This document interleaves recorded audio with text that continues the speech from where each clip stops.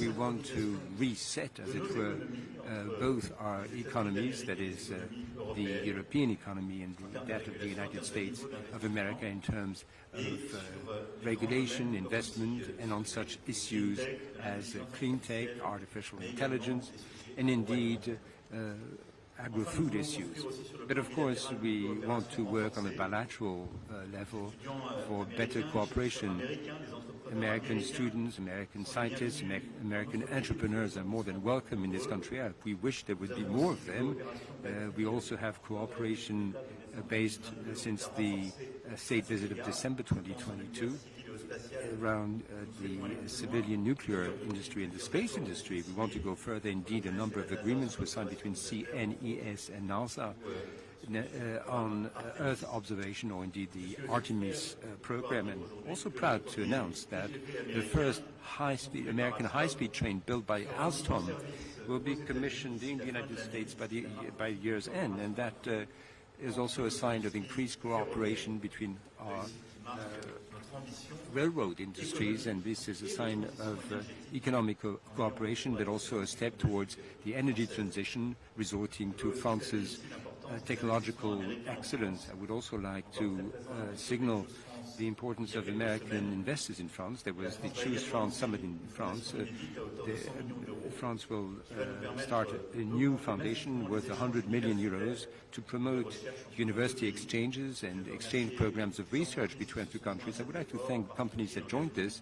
In particular, CMA CGM was very much involved. This new initiative comes after the success of the Villa Albertine project, where several cities in your country received as many as 180 creators and intellectuals in a matter of 2 years in about 50 cities. I shan't speak longer, but I would like to say that regarding the wars around the world, inflicting pain around the world on big international issues and on the bilateral front, together with President Biden, we want to have a joint roadmap. We need to trust in the future, trust in progress, trust in innovation, the determination to create jobs not just in the US but in Europe as well. We want to be there when the economy is properly decarbonized, but we want to build peace. We mustn't be naive. We must be on the side of those who resist. We must not be naive. In other words, we need to find demanding solutions. But I would like to thank you, Mr. President, to be the president not just of the first, of the greatest world power, but you being clear and loyal, a partner who respects Europeans and who wants to build on these agreements from the Ukraine to the Middle East through what we're picking up today on the economic front. Thank you. Thank you for being with us today, and thank you for honoring Paris, Normandy, and France during these celebrations with your state visit. Thank you. Well, Mr. President, thank you. It's been a great honor to be here. Not only the Normandy events, but it was a moving experience for a student of French history to be the Champs-Élysées today. It was a moving experience for us, for the whole delegation. France was our first friend. Remains one of our best friends. This week we reaffirm that friendship in a deeply meaningful way. But before I begin my remarks, I want to echo President Macron's comments welcoming the safe rescue of 4 hostages that were returned to their families in Israel.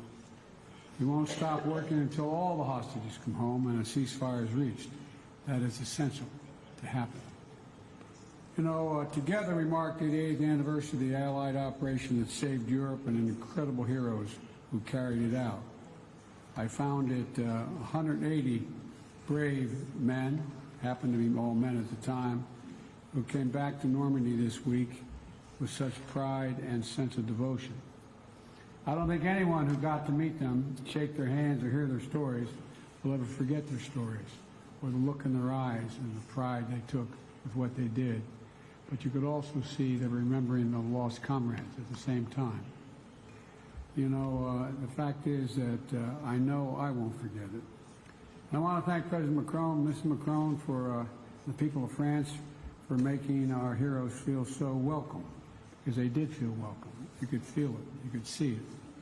And we'll never forget what they did.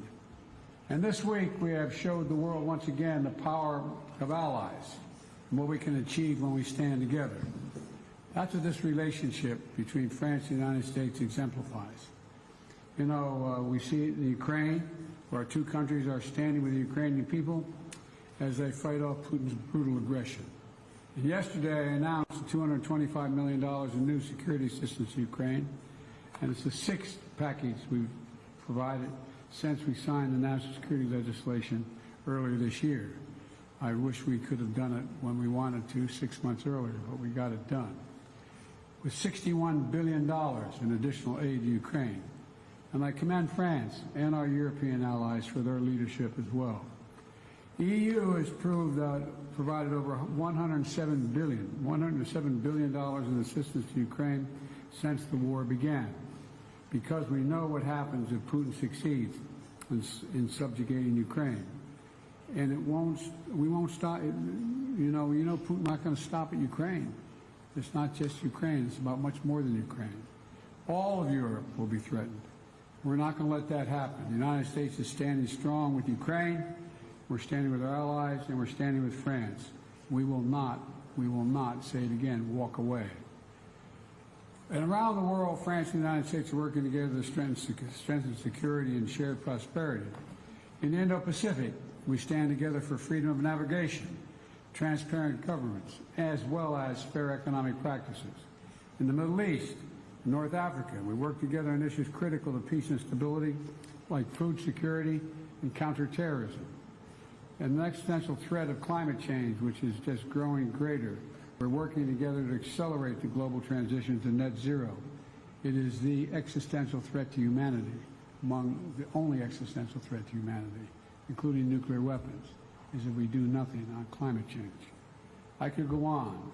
Every day, the French people and the American people are connected in countless ways through economic ties, collaboration in science and technology, educational exchanges. The reason we don't have more Americans coming, we're afraid they won't come home. Such a beautiful, this is such an incredible country, such a beautiful country. And, the fact is that these cherished ties between our families and friends continues to grow. The bonds between our nation are strong, vast, and rooted in the most important element, shared values. That's true today as it's been from the very start. In a few weeks, the United States will celebrate the 4th of July, our Day of Independence. That feat would not have been possible, it's not hyperbole, would not have been possible were it not for France coming to our aid. We're a nation because of France in large part. You stepped up when we needed help, and you did it. That's what 4th of July is about. That feat would not have been possible, again, without your support, without French support. Today, I proudly stand with France to support freedom and democracy around the world. That's what this spectacular week is all about. Mr. President, there's much more we had the chance to talk about. We're going to continue to talk. You've become a good friend, and I really appreciate your cooperation and your insights. Thank you, thank you, thank you. Merci beaucoup. Thank you, President. Thank you. Mr. President, can you give us an update on the Russian assets you discussed today?